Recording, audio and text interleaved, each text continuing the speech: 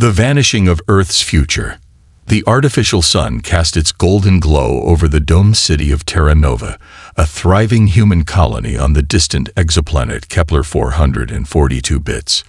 Beneath the reinforced sky, the colony bustled with life, a testament to humanity's unyielding determination to carve a home among the stars. Inside Sector 7's primary education center, a class of 30 children, ranging from ages 8 to 11, eagerly awaited the day's lesson. Their laughter and chatter filled Room 12A, a state-of-the-art classroom designed to train the next generation of explorers, engineers, and leaders who would one day expand humanity's reach beyond the known frontier. Their teacher, Alyssa Carter, a woman with 2 decades of experience teaching in off-world colonies, smiled as she brought up a holographic display of the nearby Kepler belt. The vast star map flickered to life, showing the dense cluster of celestial bodies surrounding the colony. "All right, class," she began, her voice warm yet authoritative. "Who can tell me the safest method for plotting a hyper-jump through an asteroid field?" Several hands shot up, but before anyone could answer, an eerie sensation swept through the room. It was subtle at first, like the static charge before a thunderstorm. The children, still eager to participate, didn't seem to notice, but Alyssa felt the hair on her arms rise. Then the lights flickered. A ripple passed through the air, distorting reality like heat waves over desert sand. For a split second, everything slowed. Voices, movement, even the hum of the classroom's ventilation system. Alyssa blinked, disoriented, her mind struggling to process the unnatural shift. Then, silence. The classroom was empty. Desks, chairs, and scattered lesson tablets remained, but every single child had vanished. Emergency response. Alyssa Carter stumbled backward, her breath caught in her throat.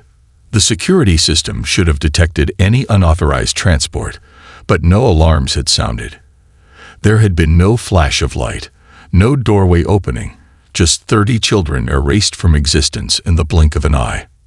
She slammed her hand against her emergency communicator. "This is Alyssa Carter from Sector 7 Primary, Room 12A. 30 children gone. Immediate response required." Within minutes, the colony's emergency sirens blared, their deep reverberations shaking the ground beneath Terra Nova. Security Chief Jonas Vance arrived first, his expression grim as he took in the abandoned classroom. He was a hardened veteran, a man who had seen skirmishes against hostile alien factions, but nothing could have prepared him for this. "Play back the security feed," he ordered his assistant, Lieutenant Mira Hayes. A holographic projection emerged in front of them, displaying the classroom's final moments in perfect detail. The footage showed the children in their seats, the lesson progressing as normal. Then, the distortion appeared, a shimmering pulse in the air, subtle yet undeniable. Then, they were gone. No visible transporters, no energy discharge, just disappearance. Vance's gut twisted. This isn't a malfunction. This is precision, a familiar threat. The colony's governor, Darius Holt, arrived shortly after, his face pale beneath his silvered beard. Behind him, military officers and scientists murmured theories, but none made sense. Vance, standing beside the holographic projection, suddenly clenched his jaw. "I've seen something like this before." Governor Holt turned. "Explain." Vance tapped on his datapad, bringing up classified files from 15 years prior, records from humanity's first encounter with the Collective. The Collective was an alliance of powerful alien civilizations that had dominated this part of the galaxy for millennia. When humanity first expanded into space, the Collective had approached with an ultimatum: join, submit, or be isolated. Humanity had refused. Since then, the Collective had left the colonies alone, or so they had believed. Vance pointed to the flickering energy signature from the classroom footage. "It's different from their usual transport tech, but the frequency is a match. They've modified it, specifically calibrated to..." His voice trailed off. "Specifically for human children." Mira finished, her voice barely above a whisper. "The message. The entire colony's communication systems flickered to life at once. Every screen, every device, every holographic projector displayed the same image. A vast, curved table where several alien figures sat, their appearances varying from scaled reptilian beings to crystalline entities that shimmered like living glass. It was the collective's High Council. The lead speaker, a towering alien with dark blue skin and piercing golden eyes, leaned forward. Its voice, though translated into English, carried an unsettling resonance. People of Terra Nova and Earth, we are the High Council of the Collective. We have taken action to prevent an imminent threat to the stability of the galaxy. Governor Holt stepped forward, fists clenched. You've abducted our children. The alien continued, unfazed. Yesterday, in a research facility under our supervision, a human child demonstrated an anomaly, an impossible adaptation. He survived exposure to a toxic atmosphere that should have killed any living being.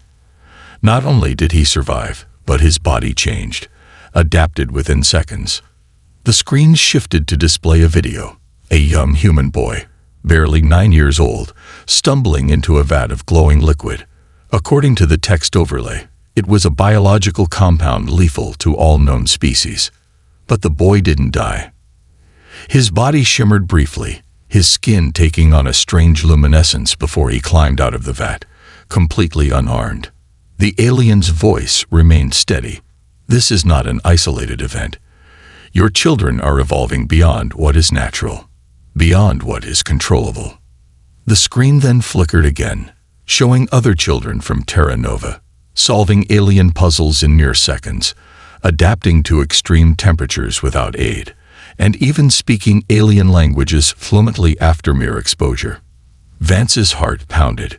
They've been watching us, studying them. The High Council leader leaned in closer. These abilities defy science. They defy order. Left unchecked, they could lead to a catastrophic imbalance in the galaxy. We cannot allow that. Governor Holt's face was filled with fury. What have you done with them? The alien's gaze was unreadable. They are safe in a secure research facility. They will remain there until humanity agrees to full genetic examination and potential modification. A deep, suffocating silence followed. Then the alien spoke the final words that sent a cold shiver through every human watching. You have 48 hours to submit, or all communication with the children will cease. Permanently. The screens went black. The war begins. The room erupted into chaos. Officers shouted, parents cried out in horror, and security teams scrambled for answers. But in the midst of it all, Vance turned to Governor Holt, his expression resolute. They made a mistake, he said. Holt frowned. What mistake? Vance's eyes darkened. 3 mistakes, actually. First, they assumed we'd be too afraid to fight. Second, they just told us exactly what they fear, our ability to adapt. And third, he exhaled sharply. They took our children. He turned to his officers. Send word to Earth, to every colony, to every military outpost. His voice was calm, but beneath it was the rage of an entire species. We are going to war. Humanity's response, a race against time, mobilizing for war. Governor Darius Holt stood in the command center of Terra Nova's orbital defense hub, his eyes scanning the furious movements of officers and analysts as they rushed to interpret the collective's ultimatum. The room was filled with rapid-fire conversations, incoming transmissions from Earth's United Colonial Authority, and the relentless hum of encrypted data channels. Terra Nova wasn't just a colony. It was a symbol of human resilience, a bastion of independence in a galaxy that sought to control them. Now 30 children, the future of humanity, had been stolen, and Holt knew that the collective threat wasn't just about the children. It was about power. It was about fear. The collective feared what humanity might become, and in trying to contain them, they had sparked a war. Across the room, Commander Jonas Vance was already issuing orders. Pull up every piece of intelligence we have on the collective's research facilities. Vance barked. his voice sharp with authority. "If they think they can hold our children hostage and expect us to needle, they've got another thing coming." His second-in-command, Lieutenant Mira Hayes, tapped furiously on a holo console, running cross-references now. If they're keeping them in a black site, it won't be on standard star maps. Governor Holt turned to the communications officer. "Open a channel to Earth Command." Within seconds, the holo display shifted, revealing the face of Grand Admiral Elias Harrington, the Supreme Commander of Earth's military forces. The old war veteran, scared and battle-worn, listened intently as Holt relayed the events.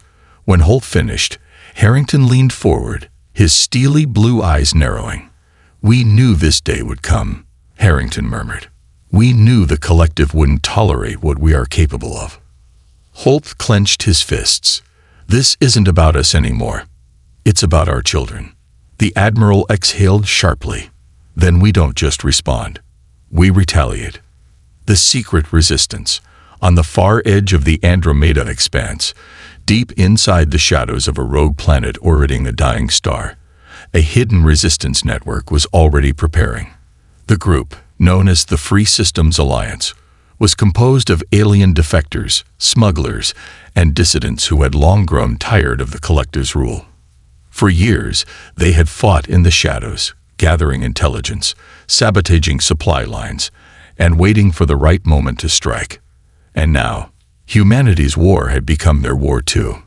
At the heart of the resistance stood Dr. Kel Drakesh, a brilliant scientist from the Vorak species, a reptilian humanoid race that had once been a proud military power before the Collective had broken their empire.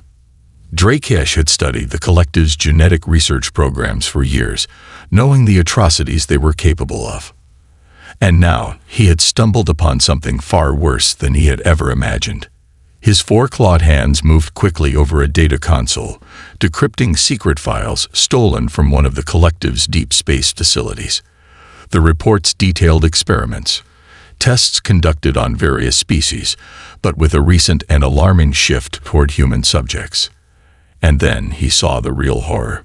"Impossible," he whispered, his reptilian pupils constricting in shock. Behind him, a human woman, Commander Lexa Trask, leader of the Resistance's strike forces, stepped forward. "What is it?" Drakesh turned, his scaled face grim.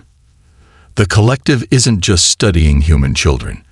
They're trying to alter them." Trask's expression darkened. "Alter how?" Drakesh brought up the data projections, showing detailed scans of the children's neural activity. Human children already have a natural ability to adapt at unprecedented rates. The Collective believed they could study this phenomenon safely, but something unexpected happened. He pointed at a pulsating data pattern.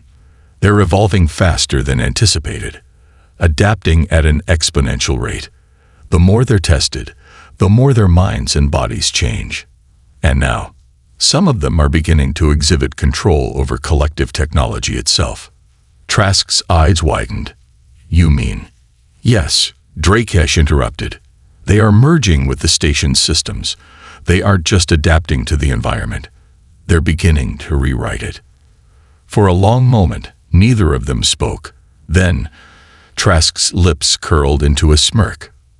"They took our children, thinking they could contain them," she said. "Instead, they've just created humanity's greatest weapon." Drakesh exhaled. "This is why they're panicking. They realize that if even one of these children returns to human space, it could change the entire balance of power in the galaxy." Trask cracked her knuckles. "Then we make sure every single one of them comes home." She turned to the room filled with resistance fighters, humans, Vorak, displaced Ulvari, and more. "Prepare for battle," she commanded. "The moment we find their location, we hit them hard and fast." Drakesh hesitated. "There's something else." Trask frowned. "What now?" He turned back to the data, his voice carrying a deep warning. "The children are evolving, yes, but—" He hesitated, struggling to find the words. "They aren't just changing physically. Their minds are expanding in ways we can't predict. If this continues unchecked, Trask narrowed her eyes. Are you saying they might become something else? Drakesh looked at the pulsing patterns of the neural scans, human minds illuminated like supernova, brighter than any species ever recorded. I'm saying we might not recognize what they become. Emma's awakening.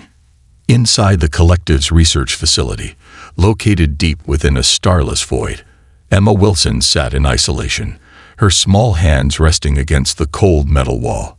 Her 10-year-old mind was no longer limited by human understanding. She could feel the station's systems pulsing around her.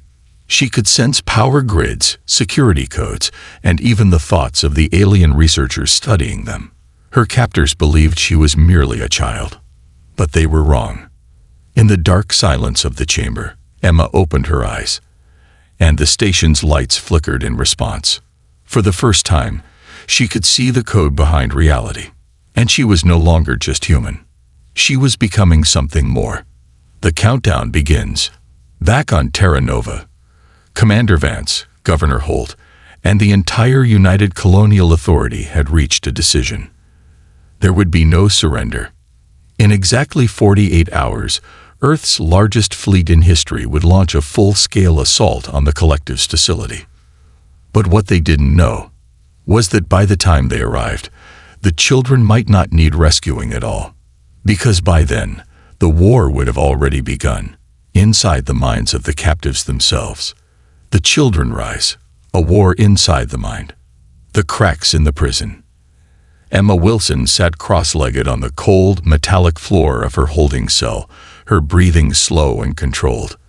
The walls pulsed with energy. She could feel the power coursing through the research facility, whispering to her like a living entity. The alien scientists believed they had placed her in containment, but in reality, they had placed her at the center of control.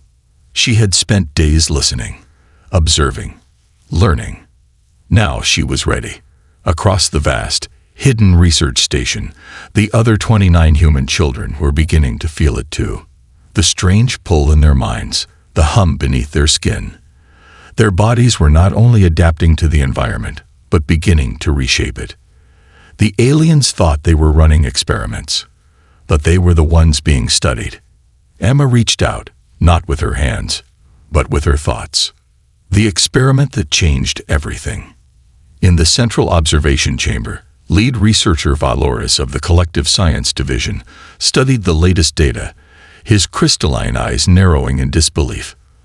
Their neural structures are no longer registering as purely human, one of his subordinates, Dr. Yesheri, murmured in shock. They're sensing with our station's systems in ways we didn't anticipate. It's as if they're rewriting the way the facility operates. Valoris exhaled sharply, his elongated fingers tightening into fists. This was never supposed to happen. The High Council ordered us to observe their potential, not to awaken it. The monitors flickered. For the third time that day, the station experienced a system-wide anomaly. Doors unlocking for no reason, security cameras looping the same 5-second footage, artificial gravity fluctuating for brief moments. And yet, no one was touching the controls. A deep sense of unease settled over the research team. Dr. Yesheri hesitated. Sir, I believe, we are not containing the children anymore. They are containing us. Valoris turned sharply. Initiate full containment lockdown. Seal every chamber, activate neural dampeners, and isolate them immediately. But as he gave the order, the lights went out. Awakening in the darkness. Emma smiled. It had worked. The station's security measures were sophisticated, but they had one flaw. They were predictable. Every protocol, every backup system, every contingency plan, she had studied them all. And now she had bypassed them. She took a deep breath and reached out with her mind, not just to the station's computers, but to the other children. Can you hear me? She whispered, her voice not coming from her mouth, but echoing inside their heads. A startled silence followed. Then, a dozen voices answered all at once. Emma, what is this? How are we talking like this? Emma's heart pounded. They weren't just thinking together. They were becoming something greater. "They're afraid of us," she said. "They think they can control what we are becoming." She clenched her fists. They are wrong. The Great Escape begins. Across the research station, the alarms screamed, but this time, they weren't triggered by the collective's security teams. They were triggered by the children themselves. The first breakout happened in Holding Cell Beta. A 9-year-old boy named Liam Chen had spent the last 3 days experimenting with his own physiology. He had always been a fast learner, but now his body processed oxygen differently, allowing him to hold his breath for extended periods. Now, he turned his attention to the reinforced cell door. He didn't need to force it open. He simply touched the locking mechanism, and it obeyed him. The door slid open. Liam stepped out into the hallway, his eyes adjusting to the emergency lights. A few guards turned the corner, their weapons drawn. But before they could react, the gravity in the corridor fluctuated, a pulse of unseen energy throwing them against the walls. Behind Liam, more doors hissed open. The children were free. The revolt spreads. In the security control center, chaos erupted as officers scrambled to regain control of the facility. "We're losing access to essential systems," a technician shouted. Viloris slammed his fist on the console. "They are children. How can they override our security protocols?" The answer came in the form of a sudden power surge. The station's defensive turrets, originally designed to keep prisoners in, began targeting collective personnel instead. Emma and the other children weren't just escaping. They were reprogramming the entire station. In the main science bay, Dr. Yesheri turned to one of her colleagues, horror on her face. "They aren't just adapting." She swallowed hard. "They are taking over." A message to humanity. Far away, aboard Terra Nova's flagship battlecruiser, Admiral Elias Harrington was preparing for the upcoming rescue mission. But before they could launch, every single communication screen on the ship blinked to life. At first, the feed was distorted, static, flickering data streams. Then, the image sharpened. A young girl with piercing hazel eyes and disheveled brown hair appeared on the screen. It was Emma Wilson. Her voice was steady, her expression calm, but her words carried a power that sent a chill down every soldier's spine. "To the people of Earth," she said, "we are alive." She exhaled, her gaze unwavering. "They took us because they were afraid of what we might become. They studied us. They pushed us. And in doing so, they made us stronger." Behind her, the camera feed showed other children standing in formation, their expressions just as fierce. "We are no longer prisoners," she continued. "We are not waiting to be rescued." The signal glitched, the lights behind Emma flickering as her presence pulsed through the data systems. "We have taken their station." She leaned in closer. "And now we're taking their entire empire." The screen went dark. For a moment, there was silence. Then Admiral Harrington turned to his officers.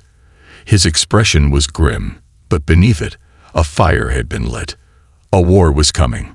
But this was no longer about saving the children. It was about what they had become. The turning point. Deep in the void of space, aboard the now liberated research station, Emma Wilson turned away from the terminal and looked at her fellow captives. She had sent the message. Now they had one final decision to make. "We can leave," she said, "or we can end this war before it starts." The children exchanged glances, their collective minds buzzing with an unspoken agreement. They knew the truth now.